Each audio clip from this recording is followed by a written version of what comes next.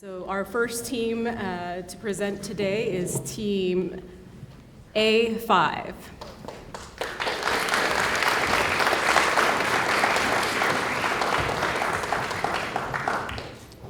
Good afternoon, everybody. We're Team A5, representing the Evergreen Investment Fund. And today, we want to introduce you to a strategy inspired by the guys behind us. They were famous for playing tiki-taka soccer, and quite successful with it as well. Now, why is that important for an investment case?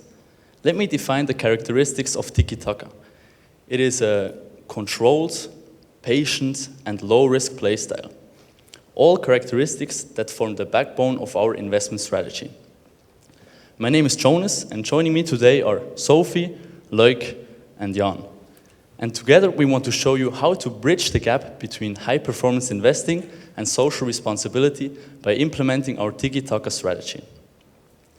I mentioned before that tiki-taka is a controlled play style, which aims to keep possession of the most important asset there is in soccer, the ball. For this, it is necessary to always have two or more options to pass the ball to, and building up an attack patiently. All these things translate well into the world of investing. Our tiki-taka investment strategy aims to keep the assets of our clients as safe as possible without taking any unnecessary risks. It requires that we invest in companies that have multiple options in generating revenue. Lastly, we prefer stable growth over hypergrowth. Adidas best meets these criteria, as they have financial stability and low regulatory risk compared to its competitors.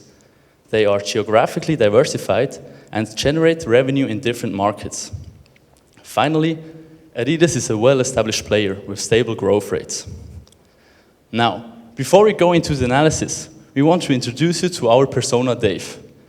Dave is 47 years old, he's a fan of soccer, and he trusts us with the most important asset that he has, his retirement pension.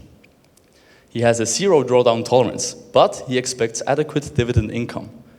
He's a well-informed investor and aware of subjective greenwashing, which is why he prefers to invest his money in transparent firms. Dave accompanies us as our typical mandate. Now, Sophie, can you tell us more about the market? Yes, of course. So we're starting right with industry dynamics. The sportswear industry is clearly growing. We have the primary growth engine, April, which is growing with 9% of annual growth rate. Equipment grows slightly slower, while footwear remains like on an annual growth rate of 5%, remaining the mature core category and key profit pool. And growth is driven by health and wellness, premiumization and innovation, with athleisure and DTC accelerating demand. So Nike leads globally with 12% of market share, followed by Adidas with 6%, and then there are some smaller competitors. Together they make up 27% of market share. The remaining share is distributed across regional champions, niche performance brands, and some private labels. And as you can see on our graph down below, Nike and Adidas are quite balanced across footwear and apparel. On and Hoka are extremely footwear concentrated, while Lululemon is mostly apparel driven. And you may think that, or actually it is, that revenue mix directly impacts resilience. So apparel-heavy brands, they profit from high growth, as we've seen before, but they also face greater trend volatility, while a larger footwear share provides more stable revenues. So current tariff exposure acts as an external risk factor. Brands that rely heavily on US revenue and also have high reliance on Asian supply chains. They face greater risk with tariff escalation. And here again, we have our client Dave.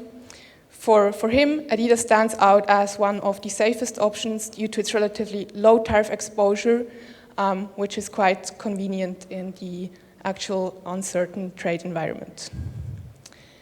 Companies not only face tariff, but also regulatory risk. The Corporate Sustainability Due Diligence Directive, implemented by the European Union, focuses on global supply chain responsibility. And as you can see on the right side of our slide, Puma and Adidas, they already have some tracing infrastructure due to the German Supply Chain Due Diligence Act, so they can profit from a sunk cost advantage as well as from a competitive moat. And existing tracing infrastructure also helps with the US Uyghur Forced Labor Prevention Act, helping with dissolving the emerging regulatory trap. So now I hand on to Loic, our financial specialist. Thank you, Sophie. So now let's take a look at the financial situation. We did a relative comparison of our target firms. Here we wanted to look at which company would be the best choice for Dave or for the tiki-taka strategy. We graded each value from dark green if it's very good to dark red if it's very bad. White means it's average. As you can see here on this table, companies like Hoka or Lululemon look very good.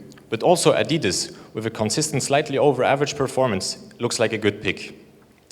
This trend also continues for some different valuation metrics. But here there is to note that Hoka and Lululemon don't pay dividends, what's a clear point for us that we want. Now, Adidas. Why did we choose Adidas? Well, we have a simple reason for that, and that it's its great growth and recovery it made since its 2023 financial crisis caused by Kanye West. Here, for example, on the top left, you can see the revenue growth rate that is greatly improving, with almost reaching double-digit figures in the last Q3 of 2025, which is great for a well-established player. Also, the EBIT margins, which are greatly improving, and the ROIC, which is again going on an upward trend back to its original performance. If we now have a look at the price to debt, we can see it's going down, which is showing that the financial health is recovering. Looking at the forward price to earnings, we can see a price to earnings of 15, which shows that it's a fairly valued stock, which makes it a great option for us. But that's not all. If we look at analyst confirmations or recommendations, we can see that there is a 70 euro discrepancy and undervaluation that they tell us, which would make it an even greater option for us to invest. Here there is to note this recommendation was made for the European or the German stock and not for the American one, as there wasn't enough information for the American one. But those are not the sole reasons why we chose Adidas. Adidas is also greatly performing with the market challenges the market is facing. One of those challenges is, for example, the US market weakness. Here, the growth, or there is even a decrease in sales for many companies. This is also affecting Adidas. But as a countermeasure, Adidas is launching a new product pipeline in 2026 and has only 25% of its revenue coming from the US, which means it's well less affected than other companies. Another challenge the market is facing is the profitability and the margin risks or challenges, as much of the athleisure is trend and hype-based. Here, Adidas has a wide portfolio of products and has also lifestyle and performance, a good mix of those. Also, they have shown a great sign of their confidence with their announcement of their 1 billion share buyback program they started now in February 2026. The third challenge that Sophie already mentioned are the tariffs. But as we've seen, only 25% of the revenue comes from the US, which means Adidas hasn't have a lot to fear in comparison to the others. Now, Jan, can you tell me more about the ESG side? Yes, thank you, Loic. I can. So, to begin our ESG analysis, we first compared different ESG ratings from different agencies such as S&P, London Stock Exchange, or Morningstar. And it is pretty clear that Puma is on top in every single one of them, followed by Adidas and Nike. And a little bit behind are those faster growing competitors like Hoka, On, and Lululemon. But what is actually beyond those scores? And to find out which company best fits our tiki-taka strategy, we compared the Sustainable Accounting Standards Board indexes of those companies, including raw material sourcing, labor conditions, environmental impacts, and Scope 3 emissions. And now I can confidently tell you that not a single one of those firms is perfect. Not even Puma, who boasts the highest ratings. The footwear and apparel industry is inherently flawed. It is based on cheap labor and toxic chemical processes. But Some of those firms are a bit more transparent, and some of them have higher standards than others. Now, if you look here at the right-hand side, you can see the competitor average, and we find that while many companies at least claim to rigorously audit their factories, there are still a lot of severe systemic issues remaining unresolved across the industry. And here, Puma, they provide very hard data on their labor conditions, while Adidas, they implemented an independent grievance app for their workers that is actively used by over 400,000 employees. On the other hand, the environmental impacts, here again, Puma and Adidas, they have attained champion level in the zero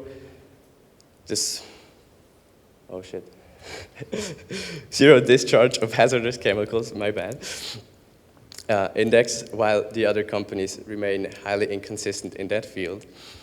And last but not least, the emissions, while again, Puma and Adidas have reduced their absolute emissions since baseline, other companies like Hoka, so Deckers, have risen, their emissions have risen 26% since baseline, and ONS even rose 35% in 2024 alone.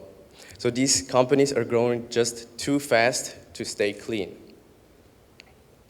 Now, you might have noticed Dave here on the right-hand side. He mentions he doesn't want to pay a price premium for sustainability. And that is actually how 82% of apparel consumers think. They do not want to pay extra for a sustainable product.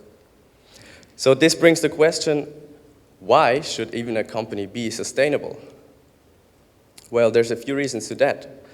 It could be PR, supply chain risks, or regulations. Speaking of regulations, this is, again, where Puma and Adidas stand out.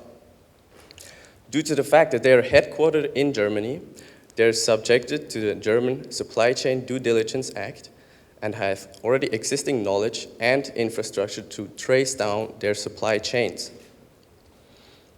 And while that is nice, and it may seem like, or you may ask yourself, why didn't we choose Puma then? I can tell you that, because Adidas has one more distinct advantage over Puma. And that is this man right here. His name is Björn Gulden. He is the CEO of Adidas since 2023. Before that, he was actually Puma CEO. And while he was at Puma, he not only almost tripled their revenue, but he did it while making Puma the most sustainable company in the industry. And now I will hand over back to Jonas, who will give you our final verdict. Thank you guys for the informative analysis. So let's have a look at the concluding matrix. It is clearly shown why Adidas is our MVP. In direct comparison with the likes of Nike, Puma, or Under Armour, Adidas offers the most balanced profile. We see the highest market opportunities here combined with the lowest regulatory risks. And despite the recent Yeezy crisis, the company is now more crisis-proof and geopolitically independent than its competitors. For our client Dave, this means an investment which combines performance with social responsibility without taking any unnecessary risks. This is our Tiki-Taka strategy.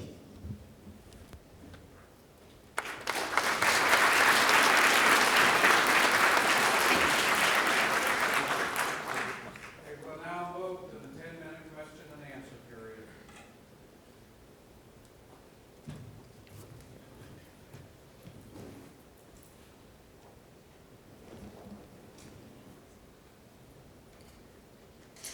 Thank you. A question about the Kanye West crisis and the impact it had on Adidas financials. Do you believe Adidas would have still experienced growth or remained relatively flat or perhaps even had incremental loss if that crisis had not happened? What do you think, if you took that out, which is kind of an anomaly, took that out, where do you think Adidas's performance would have gone?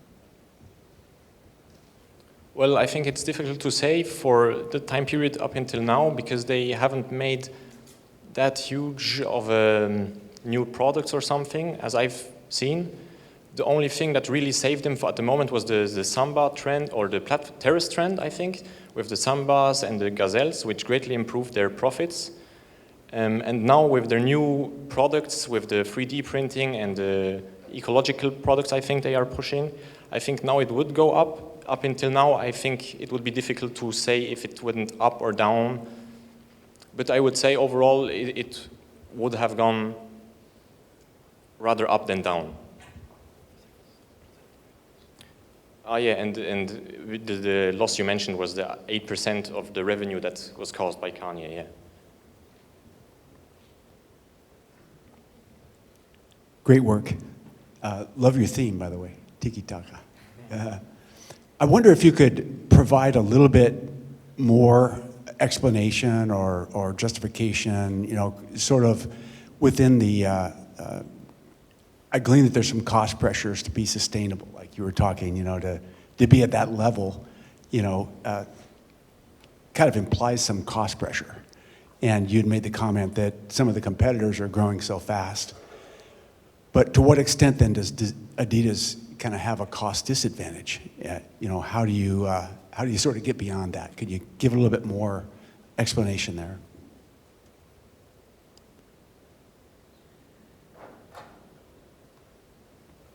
Well, I think because it's such an established player and is so big and so well known and has such a great, everyone knows it. So I think the costs it has are probably not that high. I would say even, I don't know the exact numbers, so this is coming from me, but based on that knowledge, I would say they have lower costs than most of the competitors. Simply the On and Hoka have such a hype and trend that they have that much of a growth, but Adidas with its good background, I think the costs should be well inside of the others. Yeah, should be not that big of a disadvantage or advantage. Yeah. Yeah, and he mentioned the brand value as well, which we think is an advantage over the smaller growing brands, especially now with the World Cup coming up. It's giving them a boost again, and we think that also leverages it a bit. Adidas has a long legacy as a brand in the United States. I have that tracksuit, but I don't think it's the same color. So for me, I grew up with Adidas. I'm really curious, what is new for Adidas? What does the future look like from a product mix standpoint? And what are new markets going to look like for that brand? As I've mentioned, the new product pipeline they are launching, it's at the moment it's mainly soccer related due to the World Cup. They're launching new soccer shoes now coming up for the World Cup. And also, as you can see here on the picture, these are the new 3D printed shoes they are launching that are coming up in 2026. So I think they are trying to move into a more futuristic, more modern era, because at the moment, as I said, they are heavily relying on the terrace trend, which could die down. So I think the move to a new type of product should greatly improve their odds at competing.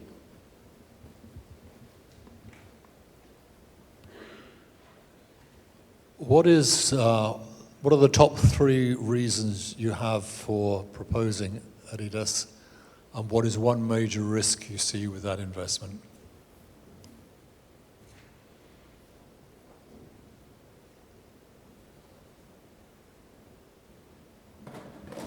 Well, I think one major risk is what I think you mentioned already, is that now they're coming back from a crisis, which means they can grow back to their original strength. And we don't know if they can really go beyond that. We think they can go beyond that, but that could be a potential risk. Also, the reliance on the terrace trend is for sure a risk. As I've mentioned on the second challenge, if that falls away, then they would again drop quite heavily in their revenue. So yeah. And to mention something positive, I think their CEO, Björn Gulden, is definitely something we should not bet on. You know, Warren Buffett, he said betting on the jockey. We kind of try to implement that. And also the EU regulations thing where Adidas, again, stands out a bit. Yeah, I could also add on to what Jan said. So we have like the footwear share that is quite big for Adidas. So they have still this stable revenue, but then also they are like in the apparel market. So they do profit from the trends, but still have this like safe asset. So it's surely quite an advantage to choose Adidas. I wanted to ask a question about the CSR that you had mentioned in the presentation. Can you talk a little bit about some of the labor issues that we're seeing and how you overcame that and decided to go with Adidas, even though they've got some issues globally? Yeah, sure. So, like I said, none of these companies are perfect at all. And Adidas also faces a lot of those problems, of course. And for one thing I mentioned was the grievance app they implemented. So workers can actually file complaints about their conditions. And another reason why we chose Adidas is because they're transparent. Maybe not as transparent as Puma, we have to admit, but they're more transparent than others. One thing is the audits that I also mentioned that those companies do in their factories. Some do announce their audits. So Adidas doesn't announce their audits. For example, if you drive on the highway and you know a radar is coming up, are you gonna speed or not? Does that answer your question?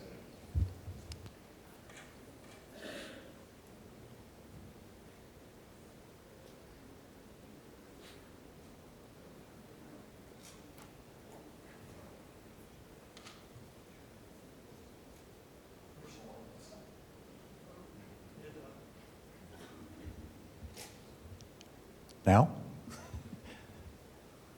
It's clear why you were selected as a finalist. Congratulations. The question goes to actually an item on the slide here, €1 billion plus buyback. Organization has a number of options for investing capital, infrastructure, expansion, dividends to shareholders. Why do you see this as favorable, buying back their own stock?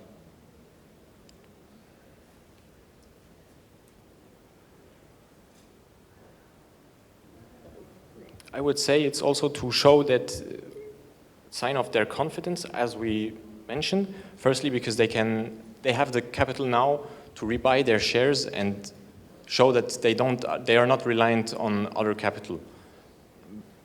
But the reason why exactly, why not as a dividend or anything else, I'm not so sure actually.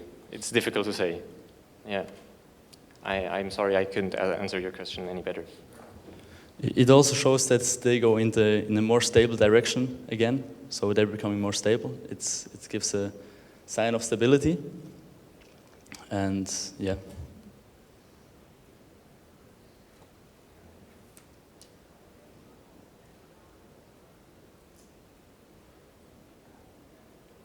Do we have time for one more? You love their CEO. What do you think, you talked a little bit about kind of what he delivered at Puma in terms of revenue and his championship around sustainability. What specifically from a capability standpoint and say a strategic focus standpoint does he bring to Adidas that you think they've needed, perhaps was a gap, and that's something that he's bringing to help close that gap? So first of all, he made everything a lot simpler. He fired, I think, a lot of people who were unnecessary in some sense. He restructured the organization. They made a flat hierarchy, which it worked at Puma, and it worked at Adidas again since 2023, how we have seen it now. And yeah.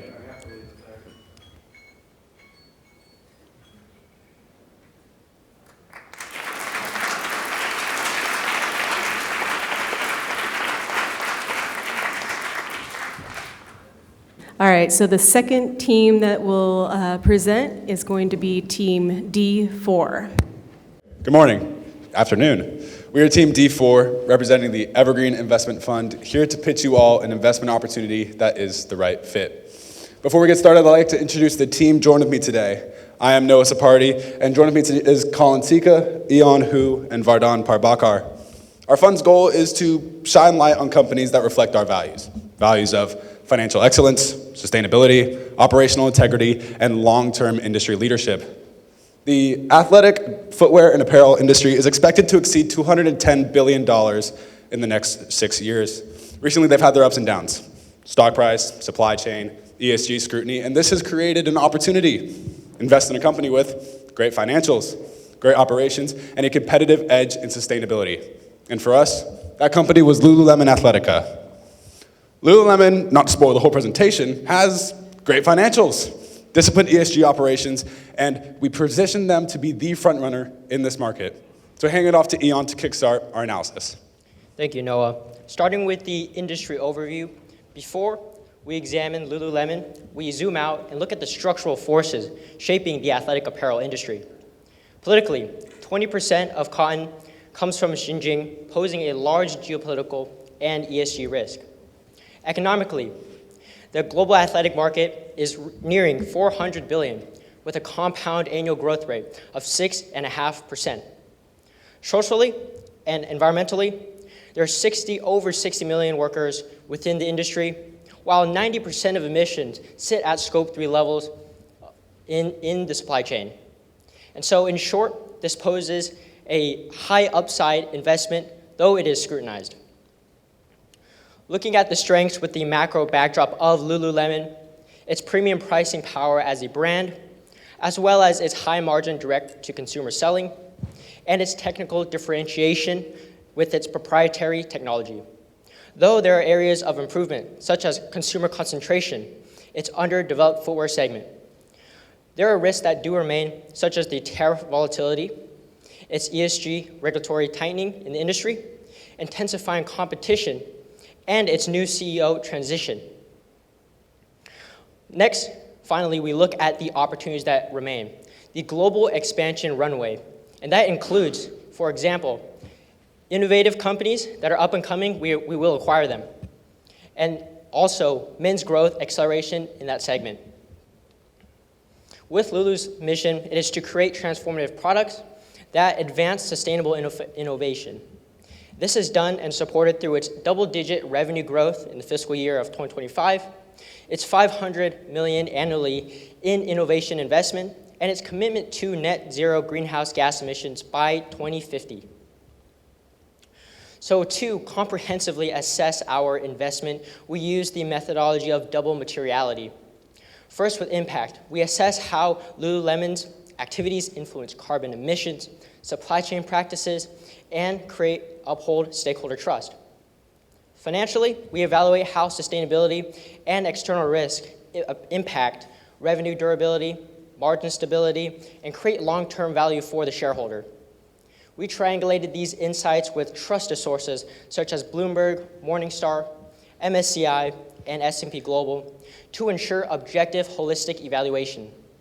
This, in turn, informed our investment thesis. Now handing it to Colin for the financial analysis. Thank you. Our financial analysis really lies at the core. Is this on the button? Press the button. Yeah. Our financial analysis really lies at the core of our recommendation. There are two metrics for us that show whether or not Lululemon can compound value. The first being return on invested capital and free cash flow. Lululemon's ROIC of 28% is a clear advantage in this industry. It shows that their reinvestments are generating high incremental returns. The second is free cash flow. Lululemon's free cash flow yield of 15.1% shows that their profitability is turning into real cash. This gives Lululemon more reinvestment capacity as well as downside protection in an industry where promotions, inventory cycles, and tariffs can pressure a company. This is all supported by a strong operating profile. Gross margins of 55% and operating margins of 17% show their strong pricing power as well as their disciplined cost control. Now let's compare that to competitors in this industry. When shown against their peers, the separation becomes even more clear. Lululemon's ROIC of 28% is well above the group, and the advantage continues to their profitability, where they lead in gross margins, operating margins, and EBITDA margins. But despite leading on all these key fundamentals, Lululemon is trading at 12.5 times earnings, well below its competitors with weaker fundamentals. Before we chose a company, in order to remain unbiased to one company or to one metric, we ran each of our companies through our composite framework. Our composite framework weights financials at 65%, ESG scores at 20%, and a DCF valuation at 15%. Financials carry the majority of the weight here, because in this industry, outcomes are primarily driven by a company's ability to generate returns as well as consistent cash flow. ESG follows at 20% because of our fund's high priority on sustainability as well as corporate integrity. And a DCF valuation at 15% tells us whether or not we are entering the market at an attractive time. And the result is clear. Lululemon wins by a wide margin. Their financial scores are well above the rest of the group. Their DCF valuation estimates an intrinsic value between 18 and 23%. And their ESG scores, while relatively low compared to their financial and DCF scores, we view this metric to be backward-looking and not taking into account the innovation that Lululemon is doing at the supply chain level as well as through their materials. And so the result is clear. Lululemon has positioned itself as the best risk-adjusted play in this market. So the question remains, can Lululemon be resilient against supply chain concentration? What about tariff risk? What about ESG scrutiny? And this is what Vardon will introduce as we begin our environmental analysis. Thank you, Colin. Moving on to the production footprint. Lululemon has the most resilient supply chain. No single country exceeds more than 33% of production, which is great for us, which reduces risk and puts us in a situation just in case if we need to switch to a different country to move our production, we're able to. Our main customer base. Lululemon's customer base is primarily wealthy women from the ages from 24 to 45. This puts us in this is the main customer bases, and it helps support our pricing strategy. The growth opportunity that we see is in the men's apparel section, which is currently set to at 24% of the revenue, which a target of 35%, that is upwards of $1 billion of potential growth. Tariffs. Lululemon has very limited tariffs due to its sourcing strategy.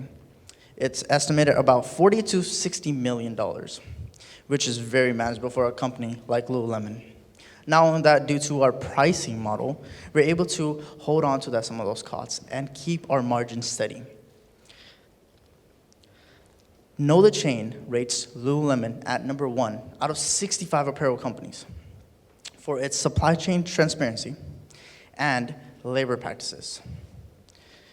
This puts them in a spot where their regulation risk and their regulation risk is very limited and helps them strengthen their brand equity. And moving on forward, Noah will present ESG analysis. Thank you, Verdon. Going into our ESG analysis, we have Lululemon positioned very well and honestly significantly underrated in ESG. On the climate execution side, they're stronger than their score suggests. Well, on the matter of scope 1 and 2 emissions, they are down 73%. And when it comes to renewable energy, they have 100% renewable energy across every single one of their owned operations. So the remaining challenge is scope 3, where they're down 29% on intensity with a goal of with a reduction target of 60% by 2030. And they're going to reach this goal by investing into renewables for their lease suppliers and stores. They're going to reach this goal by phasing out the coal in their tier 1 and 2 factories, and they're going to reach this goal by shifting their freight from air to sea, decarbonizing every single metric ton that they can. But my favorite way that they're going to reach this goal is when it comes to materials, investing into materials like bio-nylon and enzymatic recycling. And to touch on materials and go beyond emissions, with long-tenured partnerships with Samsara Eco. They've launched the world's first ever fully enzymatic recycled polyester garment. Or with their long-tenured contract with Zymochem, they're commercializing plant-based nylon, removing the fossil fuels seen in competition's performance fabrics today. as well as that on the matter of recycled polyester, 77% use, smashing their target of 75% a year early. And when it comes to preferred materials, they use 53% with a goal of 75% by 2030. But what really is important to us is the people. When it comes to people, and on the people side, through their Center for Social Impact, they reached over 10 million people, a year earlier than targeted, and they pushed that target to 20 million people. That's the size of a sovereign country. Now, what does this center do? This center supplies global mental health support. This center funds global well-being grants on an average of $96,000 per grant. And it's all insured and accounted for with global well-being reports annually from Lululemon themselves. Now, when it comes to looking at things like this, fair labor accreditation, they achieved that in 2024. Supply chain workers, 80,000 of them were installed into well-being programs, and that does not even touch the internal employees. And so when we look at the impact agenda for 2030, it has lined up what they have for the next coming years when it comes to sustainability and ESG. And only to pick a few out of the list, we have my favorites, circular innovation and the creation of new materials, putting them miles ahead of their industry competitors. Or you take a look at their well-being programs where they're not only impacting the internal employee that sells the products, but also the supply chain worker that puts the product on the shelves. And my personal favorite, again, the community, the people that purchase the product themselves, putting Lululemon on their feet, standing tall. Quoted from the company themselves, they moved together with resilience and innovation, and not just for the planet, but for the people around them as well. Handing it off to Colin now for our investment thesis. Thank you. Really bringing it all together, our investment thesis is grounded in valuation, financial strength, and ESG innovation.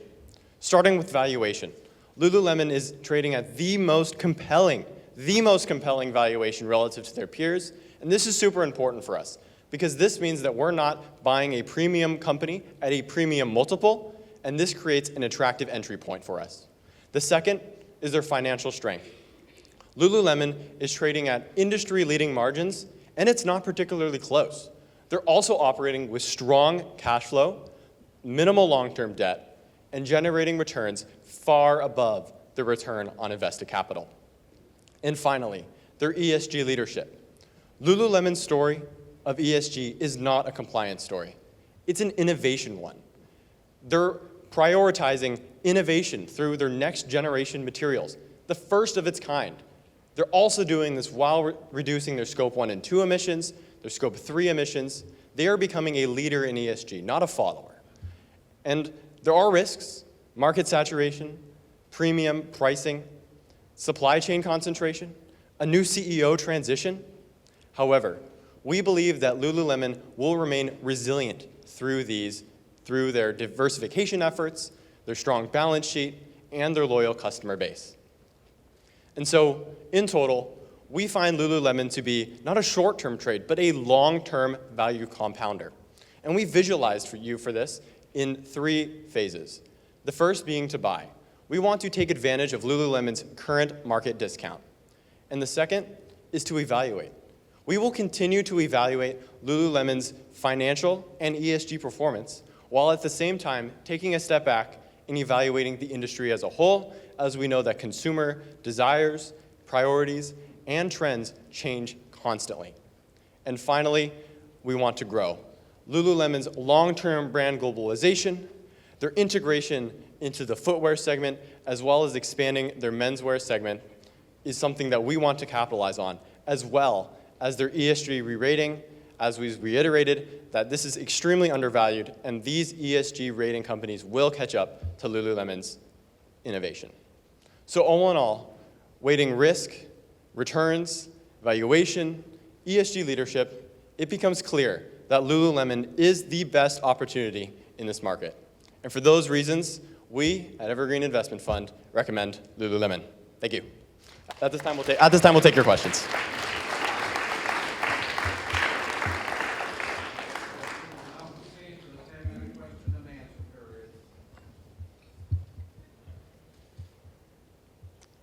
Really well done. I have a question about the innovation and technology kind of competitive advantage that you kind of highlighted that Lululemon has.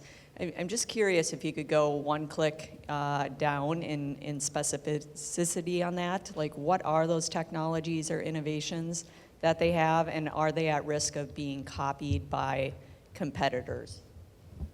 Yes, thank you so much for that question. That is important for our ESG analysis. When we take a look at our partnerships with Zymochem and Samsara, the main competitive advantage is that they were first to get to the full enzymatic recycled polyester garment. And for those that don't know much about enzymatic recycling, common recycling is break it down into a dust and figure out what you can do with that dust. And with this, textile to textile recycling is made even more possible today. Enzymes breaking down the plastics from PETs and actually being able to put back into plastics is the competitive edge for Lululemon when it comes to their new materials. And Eon's going to touch more on the products that they have with newest technologies, but when it comes to innovation, that is the main focus point of our competitive advantage. To also answer the technical differentiation directly, if we go back to, yes, our recommendation. So if you think about it, right, companies have sub-brands. Nike, let's say they have Jordan, right? They do. And so here, Lululemon, they have their Lion, their Nulu, and their Everlux. And so if you think about this, right, Nike, they have their market. They will always have people that buy Jordans, right? Our Nulu, and Everlux is our customer markets, our target segments, top buying choice. So we pose as the Jordan of our market, wealthy women aged between 25 and 45.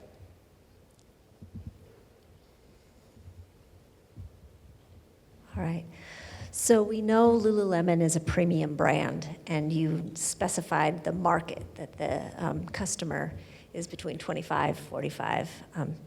With the economy downturn, we see a lot of people that don't have this discretionary income, and they are, shifting the way that they're purchasing clothing, shoes.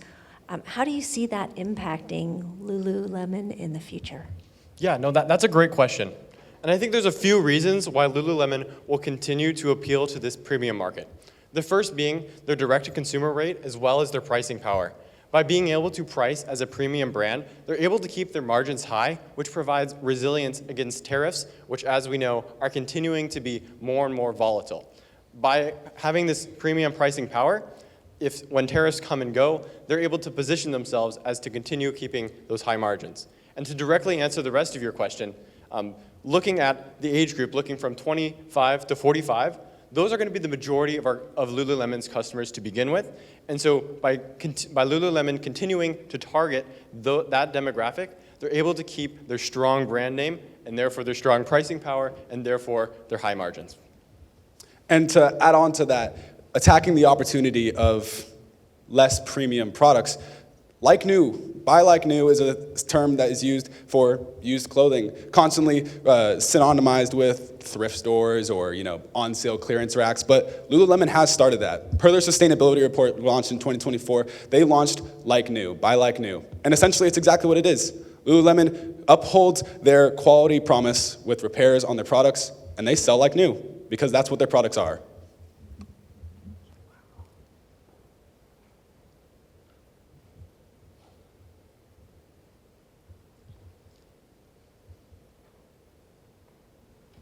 Okay, my first question is a softball. Do you guys own any Lululemon stuff? Okay. He's a collegiate athlete, or former collegiate I have my shorts in my car right now. Perfect. Okay, so did you guys stress test the concentration of the customer? I mean, I like the bold claim here of Lululemon, but when the average legging is your number one product, and generally half the population's buying it. Did you guys stress test that to see where's this thing going? Yeah, that's a great question. From fiscal year 2024 to 2025, their men's revenue grew 8%, outpacing their women's revenue. And we believe that there's many opportunities for Lululemon to continue this. And one of the innovative ideas that we have discovered is that because they're running on such minimal long-term debt, they have the ability to go out and acquire an upcoming and innovative company. And for us, we believe that company is Norda. It's a trail running / men's apparel company out of Montreal. And this is a company generating a high revenue, growing quickly, but also small enough for Lululemon to take on some long-term debt and to pick up this company to expand themselves into this footwear, into this menswear market, without having to develop all the infrastructure that it would take. So they take on all of Norda's, for example, all of Norda's infrastructure and just granting themselves this push into the inventory as well.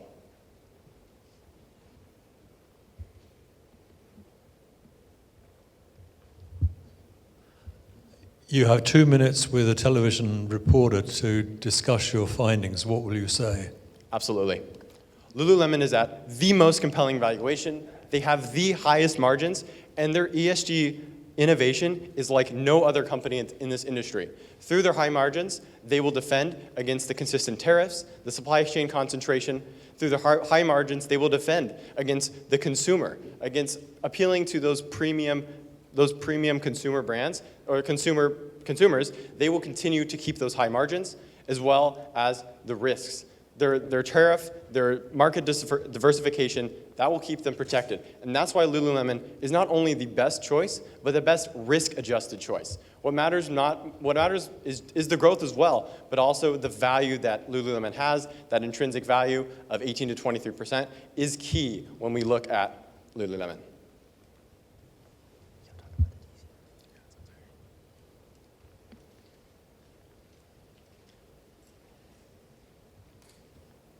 So, kind of succinctly, what is that pivot point? Because you mentioned on ESG, that one slide you had, not bad, but you kind of paint this picture of there's a pivot. You said it was kind of rearward looking, or, that particular score. Do you remember that?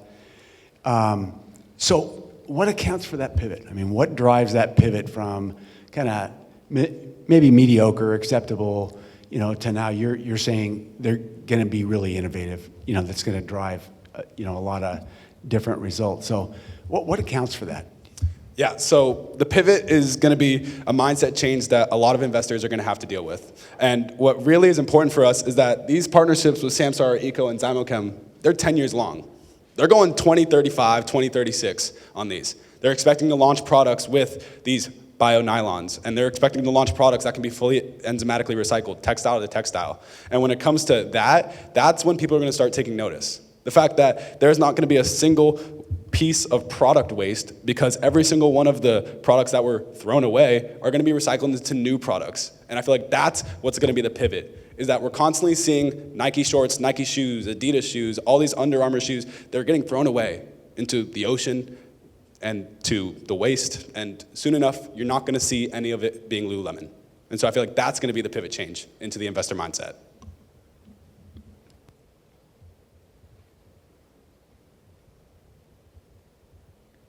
I think on one of the slides you had men representing about 24% of the revenue with a target of 35%. Was that target for last year? Is it for years to come? Like, where are they at in reaching that goal? And if it was supposed to be 35% this last year, why did they miss it? Yeah, so this wasn't a target that they missed. This number came directly from their last Q3 results, where they gave a forecast of estimating to hit that 35% as a goal. Lululemon being a premium brand, appealing mostly to the female, mostly to the female demographic, that's always going to be the biggest part of their revenue. And so, but looking, if they can do the men's revenue just half of what they do for the women, that's going to be a huge market for Lululemon, knowing that they already have that brand name for them. And so that's why we believe that 24 to 35% is very reasonable for them, especially considering that 8% year-over-year growth that they had from fiscal year 2024 to 25. We believe that 35% growth can be sooner rather than later.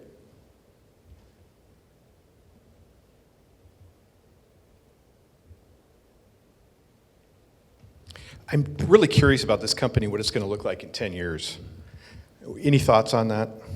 Yeah, and just reiterating what I've said, I believe the men's market is going to grow.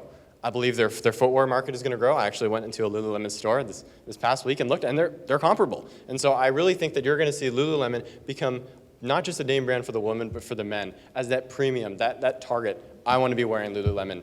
Perhaps they'll sponsor some athletic companies, or they'll go out and sponsor a team. And so, especially since the best NASCAR driver, Lewis Hamilton, It's the fastest growing sport, and Lululemon is a promoter of him. Thank you. F1. Yeah, we got that. Sorry.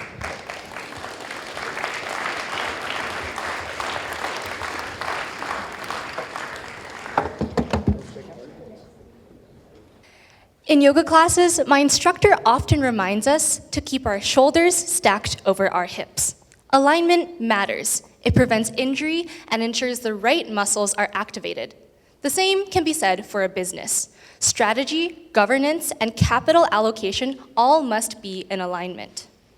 Hello everyone, my name is Eileen, and along with Zach, Claudia, and Alicia, today we represent Evergreen Investment Team. Now, before we begin, we want to acknowledge that as visitors today, we are standing on the ancestral land of the Coast Salish people and the traditional home of the Puyallup tribe of Indians. We thank them and the Milgard School of Business for welcoming us into this community. Now, with today's objective of selecting a leading company within the athletic footwear and apparel industry, Evergreen Investment Team selects Lululemon Athletica. To support this investment decision, we look at three main investment criteria: durable scalability and growth, ESG-driven risk, resilience, and financial strength and valuation. As we'll discuss later today, Lululemon satisfies these criteria in the following ways. First, innovative potential, brand loyalty, and value satisfies the first. Second, we see that labor and transparency, proactive risk mitigation, and long-term sustainability efforts satisfies the second. And lastly, capital strength and an attractive risk to reward ratio satisfies the third. Recent news of Lululemon CEO stepping down earlier this year in January followed a 46% fall in their stock price in 2025. We believe this unlocks extensive opportunities for the organization in innovation and diversity, with the original founders citing this as a recommitment to genuine creative leadership and various internal DEI initiatives. Analyzing the competitors we see from Bloomberg's analyses in financials and ESGs, we created 9 KPIs to analyze the industry. From our analyses, we found that Nike and Lululemon had the highest industry performance. To look at these two companies side by side and in relation to our three main criteria, we see that in summary, while Nike has short-term scale-driven stability, they also have long-term maturity limitations and a negative reputational overhang that ultimately does not satisfy our three main criteria. On the other hand, we see that Lululemon has short-term innovation and market sensitivity that results in long-term category expansion, financial durability, and value creation, thus satisfying our criteria. We then continue to evaluate Lululemon through a value, rarity, imitability, and organization, or VRIO analysis. From this, we saw that they have doubled their revenue to over $10.5 billion in the last 4 years, maintained high margins, and have developed a strong, unique brand loyalty, all while maximizing their profits through direct-to-consumer channels. Because of these successes, we believe Lululemon is the best investment decision for our fund today. I'll now hand it over to Zach for the industry risk analysis. Thank you, Eileen. This is a risk assessment heat map where we assess the industry's 6 most crucial risks, with most of them ranking into the critical to high priority zone. Now I'll go into these risks as they pertain to the entire athletic wear industry. These days, fashion has seen an increasing importance over utility. This means that if a massive trend shift were to happen, companies face the risk of losing their existing customer base. In addition, the market is also very overcrowded. Entrants suffer from competitors that can make cheap duplicates and specialists who seek to take overall market share.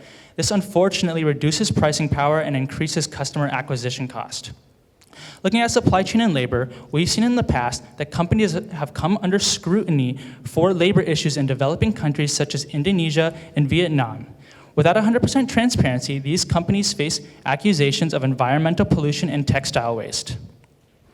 They're also branching into new categories. For example, Lululemon with their shoes. However, this presents risks of high organizational costs and product cannibalization, which leads to net profit loss. Looking at stock volatility, we saw in 2025 the major players took massive hits to their stock value.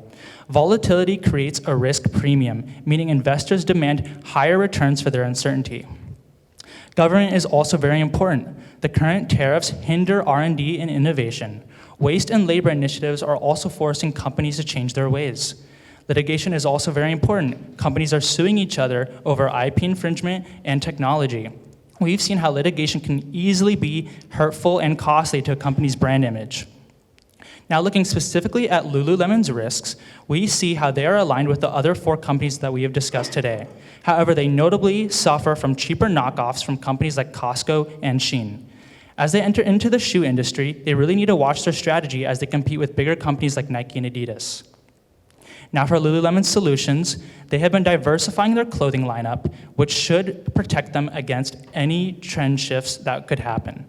They also have proprietary textile innovation as their main competitive advantage. To deal with the dupes, they are increasing their litigation and doing dupe swap events. For supply chain and labor, they rank number 1 in transparency, and they even have a resale program to keep clothing out of landfills.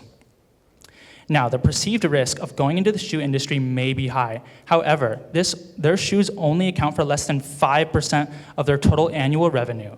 This leaves them a huge opportunity to capture additional market share. Looking at stocks, it was once subject to high short-term volatility. Now it is accounted for any bad news. This means their risk is heavily mitigated, and this leaves a door wide open for massive upside as they mature and diversify. Notably, they have pledged $1 billion to repurchase their stock at a discount. This should decrease volatility and increase earnings per share. They're also going into litigation protection in areas such as greenwashing, DEI, and IP rights. To combat the tariffs, they're also reorganizing their supply chain and increasing their prices. To handle any additional concerns, they're also going through organizational restructuring. To sum up, in 2026, Lululemon is taking strong and proactive approaches to deal with the 6 main risks our team has identified. Now I'll hand it off to Claudia for the ESG analysis. Thank you, Zach. I will now cover ESG and how this supports our investment decision. When looking at competitors, we can see that Lululemon leads in risk management, ESG performance, and financial strength. They are ranked number 1 in the apparel sector for being able to manage forced labor risk, reducing their reputational and regulatory exposure. The graph on the far right helps to visualize their 58% gross margin, which creates a financial buffer, allowing them to be able to invest into sustainability without hurting profitability. Here, we can see that ESG also supports financial performance. The graph on the top helps to visualize Lululemon's low ESG risk score along their strong 22.8% return on invested capital. This means higher returns without the high environmental or social risk. The graph on the bottom helps to highlight their strong governance. This is where Lululemon leads in return on invested capital, executive alignment, and free cash flow. This highlights to strong and profitable growth. Here we can see that Lululemon is aligned with global ESG standards. Specifically, they're focused on 3 key SDGs, Sustainable Development Goals, which are good health, responsible consumption through their like, new, and resale program, as well as climate action with a target of 60% reduction in emissions by 2030. This graph highlights their net SDG impact, which measures movement towards a net positive impact. We can see that Lululemon is at a negative 7.7%, while the industry average is closer to a negative 48%, meaning that they're significantly closer to a net positive impact than their peers. Environmentally, Lululemon is building a circular moat. 77% of its polyester is recycled, with a goal of 100% sustainable materials by 2030. Through partnerships focused on advanced recycling, they're focused on reducing waste while also being able to reduce their dependence on oil-based raw materials. This helps both the planet, but also their long-term margins. We can see that Lululemon has a strong net SDG impact, is building a resilient supply chain, and also has clear and profitable ESG initiatives already in place. Alicia will now discuss their financials. Thank you, Claudia. So we've shown how Lululemon's CSR initiatives enhance risk resilience. The question now is, does that translate into shared value creation through financial strength and valuation upside? This section shows that it does. Starting with financial performance, Lululemon is able to generate strong returns and, importantly, convert those returns into durable cash flows. As you can see on the graph on the left, their return on invested capital spread is 13 to 14% above their average cost of capital, the highest in their peer groups. This signals superior margin generation and capital allocation. And this can also be visualized with the graphs on the right. In 2025, Lululemon was able to normalize their inventory. Aligning inventory with revenue allows them to reduce markdown risks and stabilize margins, and this is visualized by the graphs below. Margins were able to normalize at an impressive 58% and free cash flow at 15%. Digging into the balance sheet next, Lululemon has $2 billion in cash, and this exceeds debt by around $400 million. This gives them meaningful flexibility during periods of uncertainty, like leadership transition and industry volatility. Their low leverage profile also allows them to expand into new areas, such as footwear or international expansion, without stressing the balance sheet. And finally, their share repurchases signal management confidence. We created a 5-year discounted cash flow analysis and compared it across multiple sensitivity scenarios. Under normal assumptions, what we found is that Lululemon has an implied value of $232. Compare this to their current share price of $176, and we see a 32% implied upside. We believe that the market is currently pricing in risk that Lululemon's growth and margins are unsustainable, despite them showing continued financial strength. Even under conservative assumptions, Lululemon's intrinsic value remains above or near their current share price. This relative mispricing, we believe, is a great opportunity for investors to capitalize on. We wanted to validate this DCF with a cross-sectional analysis. What we found is that Lululemon trades at a meaningful discount to premium peers such as Nike, despite having superior margins and capital allocation.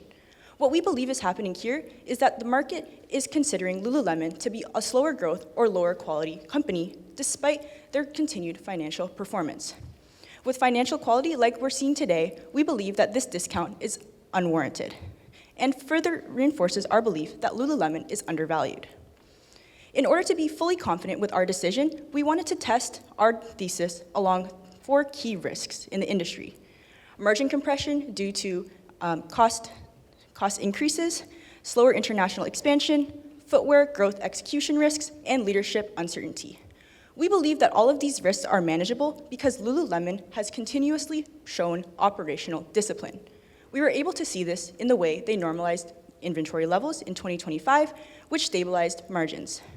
Additionally, their high spread of return on invested capital above cost of capital and their strong cash position gives them flexibility to not only mitigate risks, as we've discussed before, but also be able to absorb any if there is something unexpected to occur. In summary, Lululemon combines strong balance sheet, the ability to generate durable cash flows, and a 32% implied upside in conservative scenarios. With current performance exceeding the market valuation, we recommend a full position in Lululemon, and I'll now pass it to Eileen to close us off. Thank you, Alicia. So as we've established today, Lululemon stands beyond its peers in various ways. Financial, organizational, and ESG factors remain aligned and continue to create value for the organization.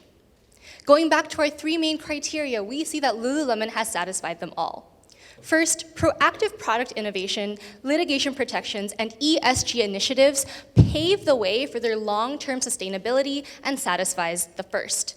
Second, supply chain transparency and circular initiatives curate these strategic ESG risk buffers that allow them to maintain their industry-leading ROIC and satisfies the second. And lastly, financial strength and valuation, we see that stable, industry-leading gross margins, liquidity, and intrinsic value allow them to transition into short-term rapid growth and long-term maturity. Lululemon satisfies all 3 of our criteria. What we see today is not operational misalignment, but market misalignment. Currently, the stock price has diverged away from the company's strong underlying performance. As that performance continues to maintain aligned, price will follow. Because Lululemon, out of all of its peers, best satisfies our criteria and KPIs, we believe they are not only a strong company, but an undervalued one that should be invested in with our fund today. Thank you, judges, for your time, and we are now open for questions.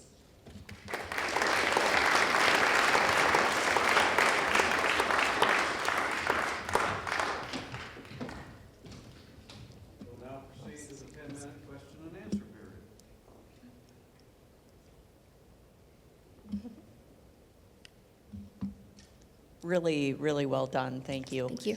I'm curious what assumptions went into your sensitivity analysis with the bull and the bear cases. If you could talk a little bit more deeply about that, I'd appreciate it.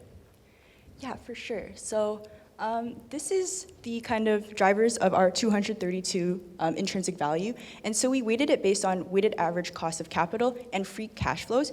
And we actually used their 2025 numbers in order to make the most conservative, predictable assumptions. And our bull case scenario was if the stock was able to stay at around, or if the weighted average cost of capital remained near the 9 to 8% rate, which is very close to their current rate, and free cash flows increased to 16 or 17%, which is pretty conservative given just the normal expansion of a company. And our bear scenario was if their average cost of capital was to increase to around 10% and free cash flow was to decrease, which is unpredictable or is unlikely.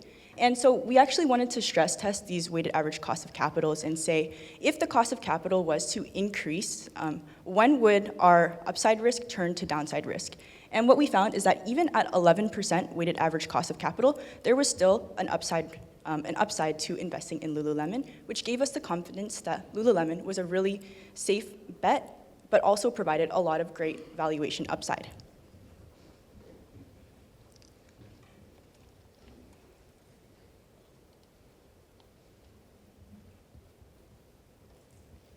I'll reiterate. Excellent presentation, world class. Thank you. Thanks so much. I walk away from the presentation looking, and you highlighted, the company is sitting on a boatload of cash. They're generating cash like crazy. Why haven't they done more with that kind of capacity? How can I walk away thinking that they're going to utilize that capital effectively?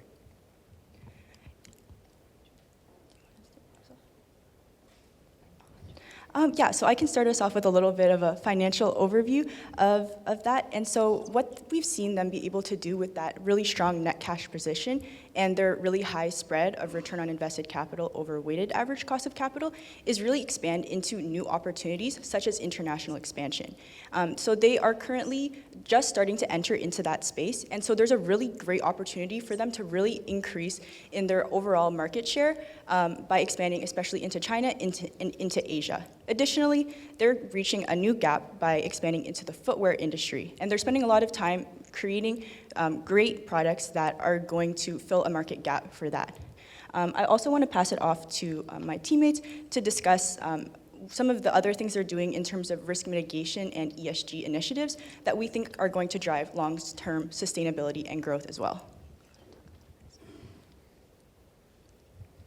Yes, to address what they're doing with their cash, another great thing that they're doing is the stock repurchase. So instead of just using that cash and maybe paying back stakeholders, they really think the best option right now is to use that cash to reinvest back into themselves and maintain higher stock value going forward into 2027. I also want to add that we're really focused on their innovative potential, right? So we see that, I'm sorry, I lost the slide, but there is a, if you could find it for me, thank you. So we'll take you to the appendix real quick. We see that they have already started this really innovative potential with their company, for example, with their Science of Feel campaign, which started to look at a market gap in a female-forward footwear initiative. And so that really took into account what initiative means for them. And so with the money that they're having with this gross margin being substantially high compared to their peers, they're able to take that and put it truly into R&D and innovation and various development techniques that they can do. For example, like targeting this market gap that other consumers such as Nike and Adidas did not target. And so with their innovative potential, in addition to their continuously strong gross margins and their stock repurchasing to kind of mitigate the stock volatility, we have a lot of potential in this company, and we strongly believe that they will take that margin and take that money to really good use for the future. Thank you. If something could go wrong with trajectory that you're talking about for Lululemon, what would that be? Or what if something could go wrong, well, what do you think it would be? Yeah, that's a great question, and it definitely went into a lot of our considerations in deciding on which company we would select. And I'll find it. Did you find it? Okay. And so some of the things that we were concerned about happening was, first of all, the weighted average cost of capital increasing heavily, and we were able to kind of be able to to relax on that one, because even at increased weighted average cost of capital at 11%, we still were able to see positive returns for investors. Additionally, if gross margins were to fall below 52%, we would have a bit of concern, but that is well below their historical average, so we don't anticipate that happening. And finally, if China growth were to fundamentally stall, we would see a little bit of concern, just because we are really excited about their expansion into this new area. However, they do also have a lot of other safeguards in place, such as their strong cash position and their high return on invested capital, that would be able to allow them to repivot and work to resolve those issues. And finally, if their footwear were to become capital destructive, that could be a concern for us as well. But seeing as it is only 5% of the business, we really believe that it's a great opportunity for them to really expand their market share. So we look at it a lot more as a really great opportunity to capitalize on. And I'm just going to add that those last two things that would break our thesis are also industry-wide. So if those two things were to happen, it would not only be a reconsideration on our half, but also on the fund's half based off of the other industry competitors. So Nike, Adidas, Puma, all of those companies would be affected by those things, and thus would affect our decision, but maybe not as near as an impact that it would otherwise. So we're very firm in our decision. Thank you. You have a lot of material here, and I know some of it you had to go through very quickly, so you may have presented this and I just didn't catch on to it. So if you could just take me through it. Why do you think the market is undervaluing them today, and how does their forward-looking strategy directly address those factors that are playing into their undervaluation? Yeah, so that's a great question. And so I think what we see happening with Lululemon especially is that because it is more of a growth stock, a lot of the short-term volatility really influences investors' decisions, and they have a lot more worries about a growth stock just because of the higher volatility. But overall in the industry, we've seen margin compression, or we've seen stock compression over the past year. So it is an industry-wide issue, but I think that one of the things is that investors are taking Lululemon's short-term kind of performance in the stock market and weighing that heavier than their long-term kind of strength and their financial performance. And we believe that because of their continued strength and their continued ability to generate high margins and maintain a strong balance sheet, that this undervaluation will begin to kind of self-correct itself just as they continue to perform really strong in both operations and financially.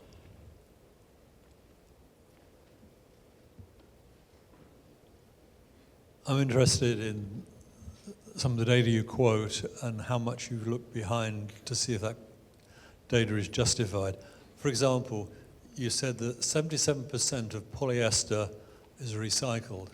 Now, at face value, that could mean that 77% of the production of polyester that Lululemon uses goes back into later products. I think that's incredible. In other words, not credible. So what does it really mean? And how far did you look behind that and other data to see what they really mean? Yeah, that's a great question. Thank you for asking. So according to Lululemon's most recent impact report in 2024 is where we were able to pull that information. And so yes, they are currently at 77% recycled polyester, with obviously the goal of 100% sustainable materials by 2030. This is also something that they're working with in collaboration with Samsara Eco and Zymochem. And so thank you. And so with this partnership, they're working on being able to take this raw material and have it infinitely recyclable, and then that way they're only creating that material once, allowing them to reduce their long-term margins in terms of the textile that they're having to create. Currently, one of the ways that they're able to do that is through their resale and like new program. And so being able to give those textiles a new life, and then also being able to reduce their waste. That was my favorite question. Thank you. Just kidding.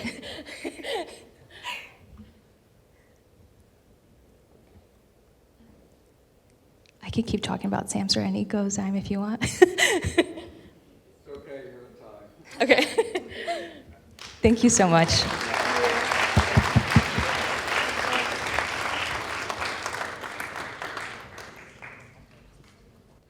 The global sportswear industry is defined by extremes: extreme trends, extreme competition, and extreme volatility. In this environment, long-term success belongs to a company that is built on balance, one that can truly endure the extremes. Today, the Evergreen Investment Advisors brings you just that, a global sportswear leader. Let's kick things off with some introductions. My name is Advika. My name is Michael. I'm Heidi. And I'm Sam. To clarify our purpose, our investment goal is to identify a leading sportswear brand that balances corporate social responsibility and financial performance in a compelling growth story. In line with this, we analyzed major competitors' corporate social responsibility by taking a look at their environmental, social, and governance scores. We evaluated their financial performance by analyzing their buy ratings. Adidas emerged on top as it demonstrated the most balanced distribution across all 4 of these dimensions. This highlighted to us that their success was not reliant on a single factor. Rather, they were truly positioned to endure the extremes. We are recommending a buy for Adidas. This is based on the company's ability to stay resilient despite challenges and their strong performance across these 3 foundational pillars. The first being their strong market positioning, the second being their differentiated corporate social responsibility strategy, and the third being their improving financial condition. I'm going to pass it back to Avika to take us into the market outlook. Thanks, Michael. So Adidas operates in the consumer discretionary market, which is actually 38% more volatile than the S&P 500 index. Despite this, the company has been able to capture a large increase in global market share by 1.1% between 2023 and 2025, while competitors lag behind. This highlights their ability to maintain financially resilient, and we want to take a look at how they do this through their diversification strategy. Adidas is positioned for long-term growth by generating 80% of their sales outside of North America, the leader among its peers in this category. This geographic diversification reduces concentration risk and opens exposure to growing international markets. Let's take a look at the world's fastest growing major economy, India. So India represents one of the most structurally attractive markets in global sportswear. The Indian sports apparel market has actually grown by 100% since 2020 and is projected to grow from $1.3 billion in 2024 to $3.3 billion in 2030, highlighting a 16% compounded annual growth rate. Now, Adidas has strategically embedded itself within this opportunity in 3 key ways. First, it's capitalized on cricket, which is the #2 sport in the world, with over 3.5 billion viewers worldwide. Indian cricket specifically has seen an 81% increase in viewership since 2024. Adidas is the official partner of the national Indian men's, women's, and youth cricket teams. 2, 60% of Adidas's products that are sold in India are made in India, enabling penetration into these emerging urban markets. And 3, they've expanded their direct-to-consumer and digital channels in India with an 11% growth since 2024. Adidas's growth isn't limited to international markets. They are also actively building momentum in North America. The upcoming 2026 World Cup, hosted in North America, will be a key driving force in Adidas's US market penetration.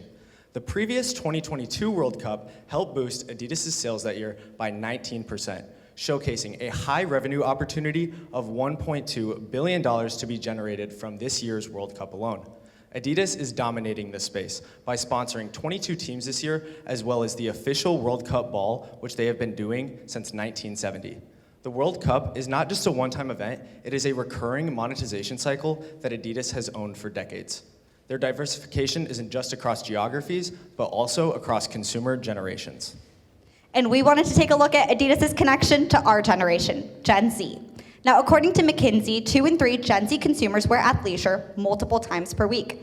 Embedded at the heart of this is sneaker culture, and Adidas consistently emerges as the footwear brand of choice for Gen Z consumers across media, fashion, and cultural commentary. In fact, the company has a combined social media following of about 100 million across major social media platforms. This means that their cultural relevance is positioned to extend beyond footwear and capture sustained demand as the athleisure market continues to grow. Now, the Evergreen Investment Fund is committed to corporate social responsibility, so we wanted to highlight Adidas' involvement in this area. I'll hand it off to Heidi. We'll start with composite ESG scores. This graph highlights each company's ESG score over time with the percent that they increased since 2018 on the right. Adidas is near the top of its peer group with a 50% growth in its ESG score since 2018, which is driven by its commitment to continuous improvement and compliance through its ESG regulation board. Now, going into one of the most important components of the ESG, the social score. This is most important because the social score is particularly complex within this industry. Here, Adidas ranks number 1 with a 31% growth in its social score since 2018. So how does Adidas retain its position as number 1? We believe it's through its relationship with the FLA, the Fair Labor Association. The Fair Labor Association helps to set international labor standards, it conducts independent factory audits, and it also oversees remediation when violations to standards occur. Adidas is a leader within this area. It was the first company to be accredited by the FLA in 2005. It was also the first company to implement a human rights grievance mechanism across its supply chain. And finally, it's now one of 8 companies that's piloting the FLA's Milestone 5 post-accreditation reporting process aimed to increase transparency and compliance within the industry. So let's dig a little deeper into one component of FLA compliance, wages. From our research, we found that all Adidas's Tier 1 suppliers surpass their country or region's relative minimum wages. In Vietnam, Adidas's largest sourcing country, all of the supplier wages surpass the minimum wage threshold by about 79% on average. In addition to setting wage standards, Adidas reinforces accountability through their structured supplier audit system that evaluates wages, working hours, health and safety practices, and environmental standards. Since 2021, overall supplier audits have nearly doubled, while instances of non-compliance have declined by 11%. In 2023, 82% of Adidas's audits were conducted unannounced and in person, increasing to 95% in 2024. This is particularly important because unannounced audits provide a more accurate reflection of day-to-day factory conditions rather than making temporary adjustments in anticipation of inspection. Along with audits, Adidas utilizes Wovo, the worker engagement platform, to create a direct communication channel between factory workers and the company. Wovo allows workers to submit grievances, participate in surveys, and raise workplace concerns. This provides real-time visibility into factory conditions that audits alone may not capture. The platform responds within 12 hours and resolves 99% of cases by year end. Their current worker satisfaction rate is at 77%, nearly double its 2019 level, indicating increased trust and engagement within their system. We'll now move on to some environmental initiatives that Adidas is working on. It currently ranks number 1 in its use of recycled materials, with over 99% of its polyester considered recycled. Additionally, it set a goal that 10% of all polyester will come from pre- and post-consumer textile waste, directly diverting those materials from the landfill by 2030. Adidas partners with a few international organizations in order to explore and scale more circular and sustainable production models, as well as they're innovating on the product to design level by using new materials and new production methods in order to make their products more sustainable and recyclable. The final aspect of CSR we'll highlight is their chemical governance, which is important because improper management can harm the ecosystem as well as factory workers. Adidas leads in this area. It's one of 12 brands to receive the Champion Level Award from the ZDHC Foundation, with 73% of its suppliers reaching the highest level of chemical compliance they set. Additionally, progress is measurable, as the percent of chemical-related non-compliant audit findings has decreased from 7% to 5% between 2021 and 2023. We've wrapped up our CSR section, so let's turn on to the financials.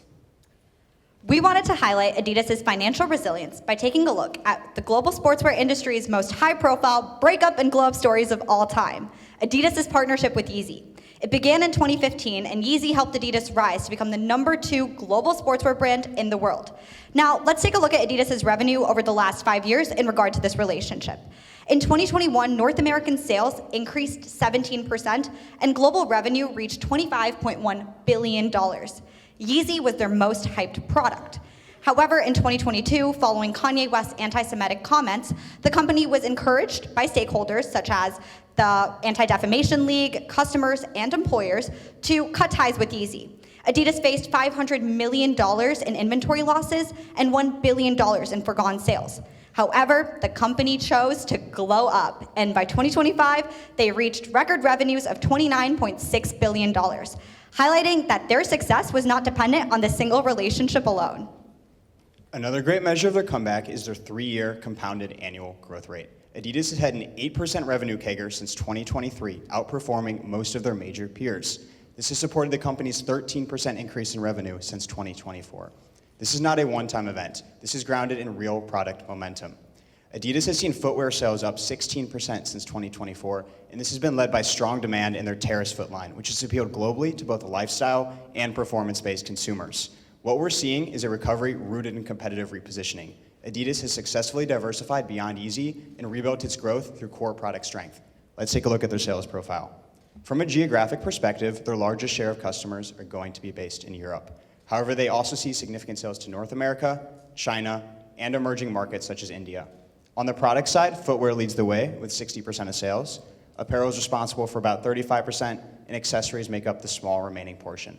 Now that we've talked about sales, let's dig into the profitability and cash flow positioning. Recently, Adidas has recovered to an 8.3% operating margin.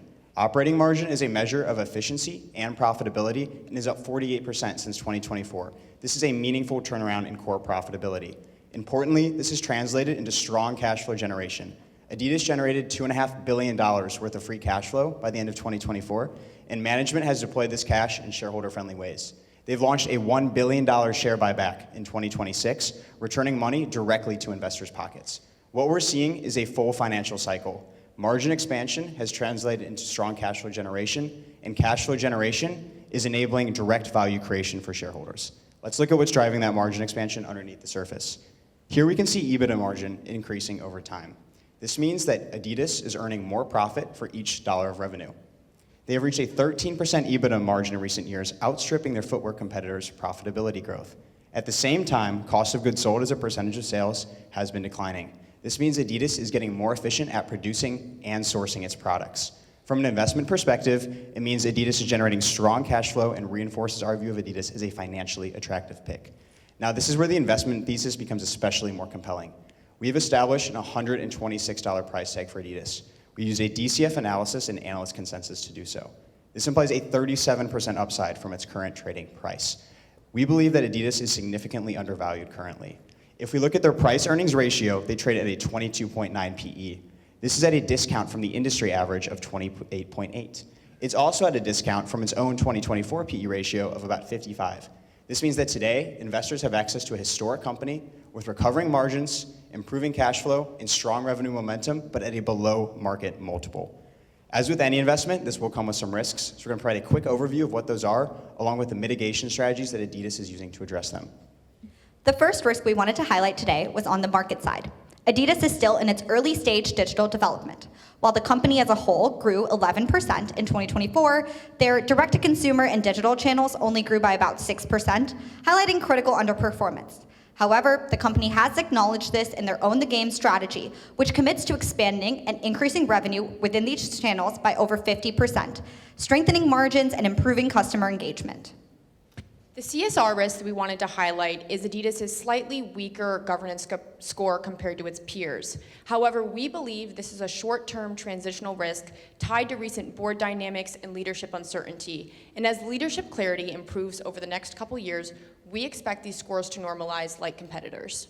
Finally, we did want to note one financial risk. They do see significant currency exchange rate fluctuation. Adidas earns a significant portion of its revenues from abroad. This means that if the US dollar strengthens, when those revenues are converted back into dollars, it can put pressure on earnings. However, Adidas actively mitigates this risk through forward currency contracts up to 24 months out. We believe most of this risk is significantly addressed, and I'm going to pass it off to Sam now to close us off. In a market defined by extremes, Adidas stands out for their ability to balance through it all. They are gaining market share, expanding globally, strengthening CSR, and accelerating financial performance. Adidas, built on balance, enduring the extremes.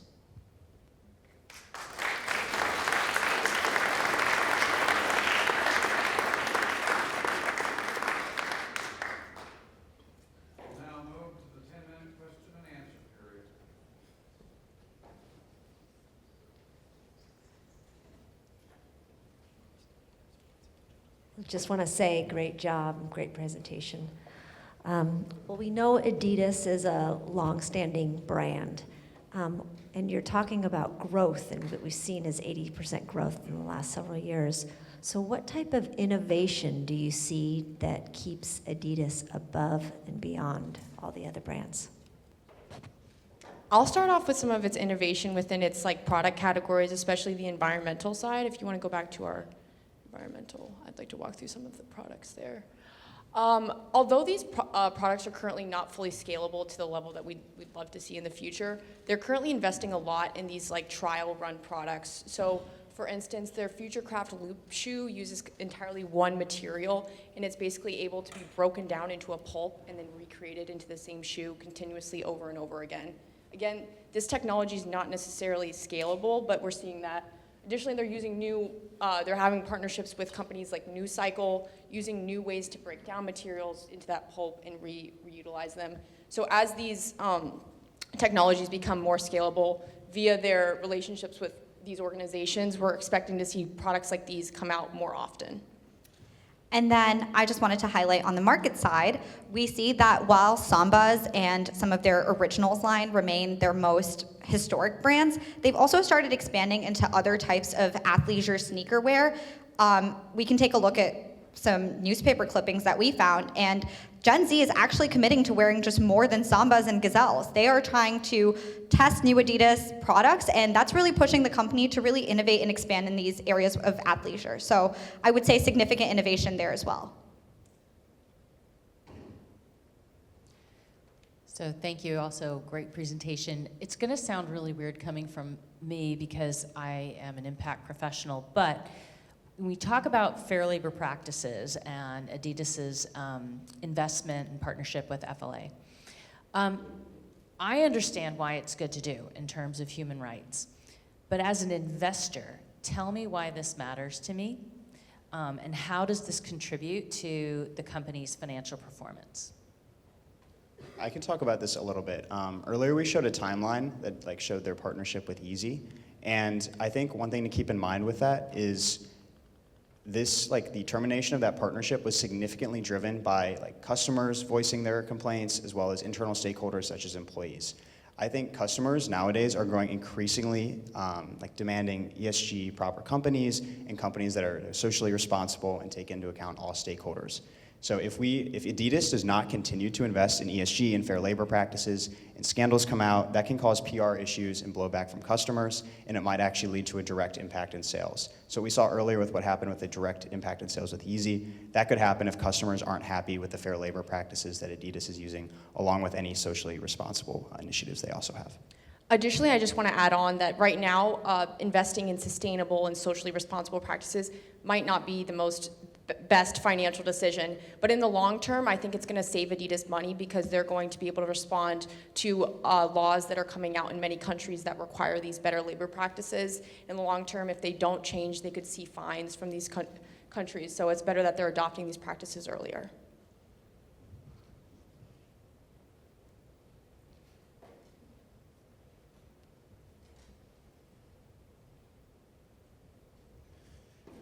So I think you had a statistic up there that their footwear sales have grown 16%. So did you look at possible competitive response, or would you anticipate competitive response, especially from Nike in that footwear sector with that kind of growth? And Yeah, how much of a threat is that? That's a great question. So I think all these companies are constantly trying to one-up each other and outdo each other with product development. One thing I will say is Adidas has a strong focus on new product development. So even if there are competitive responses, they're going to continue to reinvest and try to match any competitive response that happens. But Nike is also having struggles of their own. They've seen a significant dip in sales in China, which has resulted in a recent decline in sales. They've had a lot of their own cost pressure issues as well. So while there's always competitors out there trying to one-up Adidas and innovate and produce more shoes that can compete with their Samba line, we believe that Adidas is in a strong position and their revenue momentum is growing forward, whereas for competitors like Nike, we have actually seen a deceleration in growth. Further, most of Nike's profits are actually derived from North American sales, whereas Adidas maintains a more diverse global portfolio. So while they might face competition from challenger brands, they remain consistently on top globally, whereas some of these challenger brands are probably just emerging in North America and might give some competition, but I don't think that they can compete with something as historic as Adidas.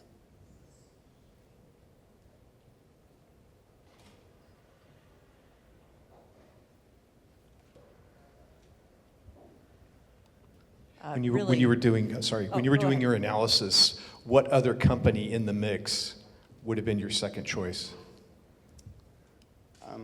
Honestly, it depends on what angle we'd wanted to take. We really enjoyed, when we were analyzing Adidas, just how balanced of a company they were. They had really strong ESG and a really strong financial profile. Some of the other companies might have leaned a little further in one direction, but might have lacked a little bit in the other. I thought Lululemon had some interesting financials, but we've seen decelerating growth in that company over time, and we really wanted to pick a company with strong historic roots. So I'm really happy with the decision we made with Adidas, but there were definitely some other great options out there as well. And I'll also add on, we discussed Lulu as a major competitor here, but we found that their social scores were just a lot lower than Adidas, and we couldn't pitch a company that doesn't have a history embedded with fair labor standards. And so we wanted to really ground our answer in having that social compliance that was talked about within the case. And they just operated in that oversaturated market, yeah. Really, really well done. Great presentation. I'm curious, I didn't really see, and maybe I missed it, but I didn't see kind of a slide comparing ROIC with Nike, and particularly in the time frame where COVID happened and the Kanye West thing happened.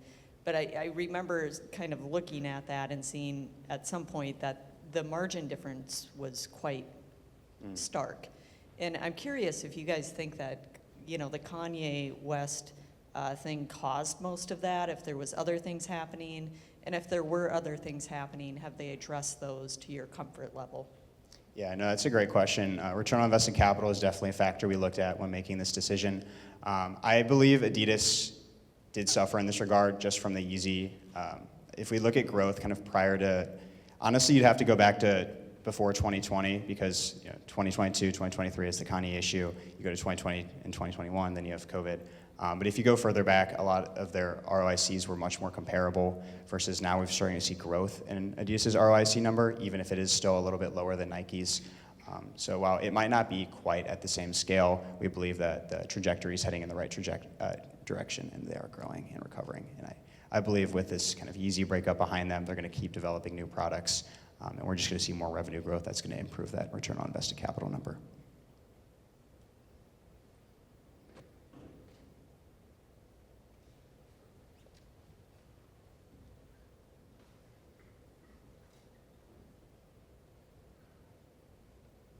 So just remind me, does Adidas have the most balanced international sales background of all the other companies? I'm just concerned with that issue. Yes, if you go back to our previous chart, like we mentioned before, they generate 80% of their sales outside of North America, whereas a lot of their competitors that we mentioned here, they generate more of their sales from North America. So having that geographic diversification, it reduces concentration risk, and it gives them more opportunities for growth in international markets.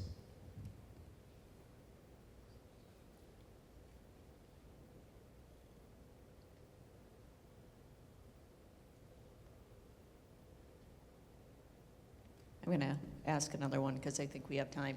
The 16% growth in footwear sales, like where was that coming from? Was that coming from more Gen Z buying shoes, or were they diversifying outside of that? Like, where was that sales growth coming from? It's a pretty impressive number.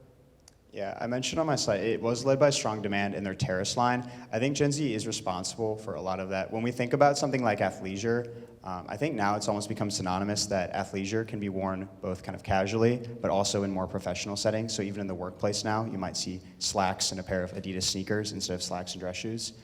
So I think both the adoption of Adidas shoes by Gen Z and seeing people our age wearing a lot of Adidas shoes, but also seeing maybe more kind of leisurely sneakers make their way into the workplace has really fueled that, especially kind of in post-COVID, return to maybe more casual wear in professional settings.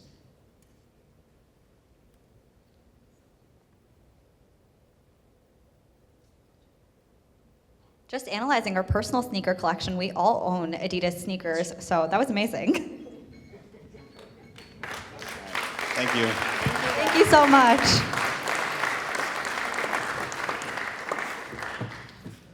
All right, so we are ready to announce the winners, but first I'm going to hand it on over to Professor Sadogaran to do a little thank you to our esteemed judges that have been here all day. And so, yeah, actually, let's give it up for our judges.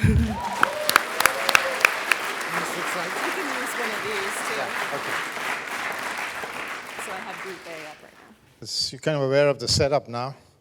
Some of you have done this several times, but in each of the groups, we had a panel of 3 judges. So in the morning sessions, we had a total of 12 judges. And so in case you're wondering who the judges were in your group, we just put them up for you. In Group A, the judges were Jen Keller. Jen, if you just raise your hand. Jen is a senior executive. Jen is a senior executive with Alaska Airlines. The other 2 judges in Group A were only here for the morning. They had other obligations in the afternoon, but they were Bev Losey and Stephanie Plouffe. So those were the judges in Group A. In Group B, the judges were Graham Evans. Graham, show of hand. Oh, lost him. Okay. Dan Rayberger. Dan is the CFO with Bruce Titus Automotive Group. And Paul Rober. Where's Paul? Oh, we lost him too? Oh, he was morning only. Okay. Paul is in the insurance industry. For Group C, the judges were Ann Porter,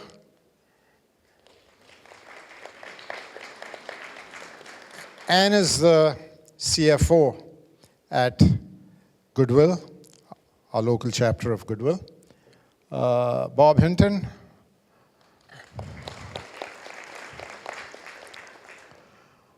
Bob is one of my brethren. He's an accountant.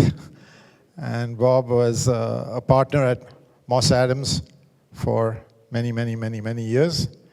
And he's now just having fun. And then Jeff Magnuson. And Jeff was retired from Catalyst Activision, right? And then in Group D, we have Don King. Don has been a long-time champion and supporter of this event, and he has the distinction of having judged at every single year of Mixer. So thank you, Don. But then we also have new judges every year. So Bella is one of our new judges this year. Bella Bayo. And then another of our new judges is Roma McCaig.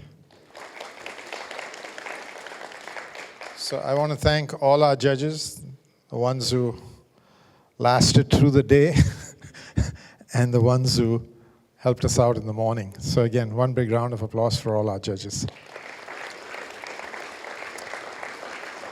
Then I would be remiss if I didn't thank our team of colleagues at the Milgard School of Business, starting with Jamie here, and the whole team, starting with my colleague Gordon Craig, who served as timekeeper, and just the whole team. You know, this stuff doesn't happen with any one or two or three people. So I'm very grateful to all of them, our timekeepers. I see Dana back there.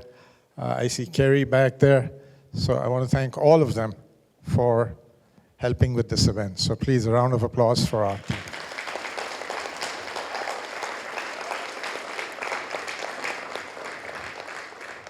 I also want to thank our photographer, our videographer. So, I think I've done most of the thank yous. I hope I haven't forgotten anybody. If I have, I truly apologize, and you can come and read me the riot act later on. So we're now ready to announce the results. And again, you know, kudos to the judges. This is never easy, right? So it takes a lot of consensus building to arrive at the final results. But the results are as follows. In fourth position, we have our friends who've come from a long way, the University of Bern from Switzerland. Please come up here.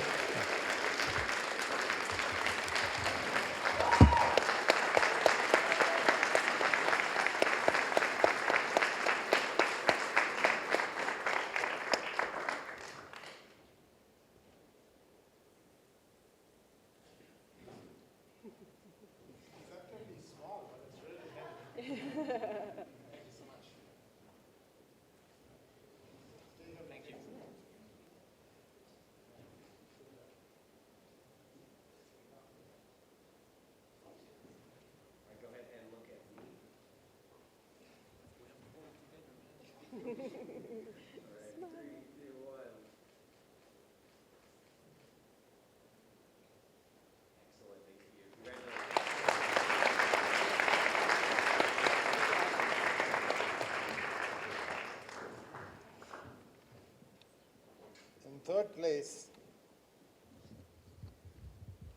and this hasn't happened in like 10 years, we have the team from the Milgard School of Business.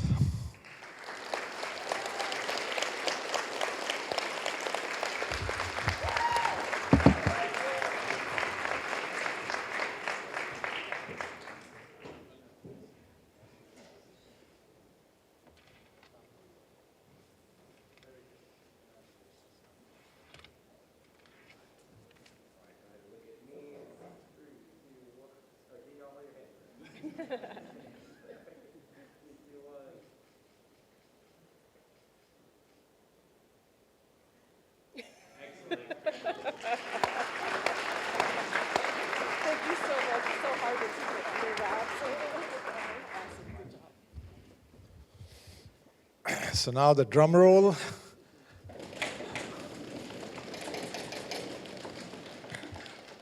Finishing runners-up in the 15th annual Mixer is the team from the University of Hawaii.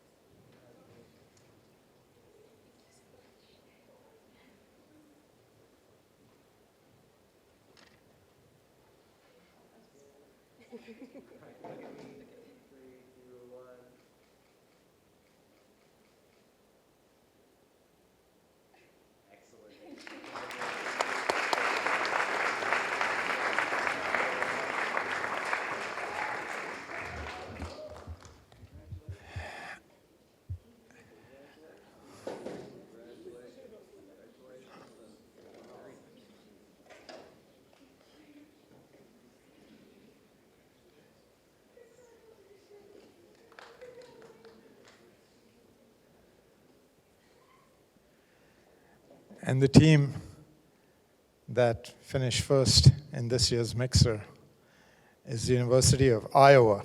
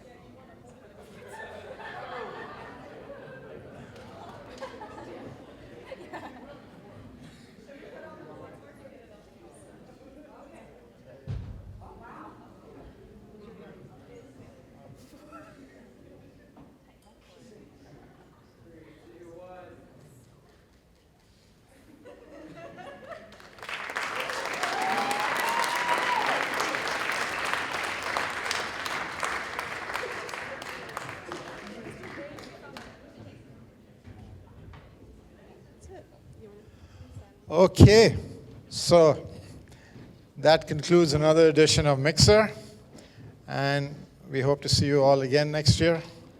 Safe travels back home, and enjoy this gorgeous weather. Have a good evening. Bye-bye.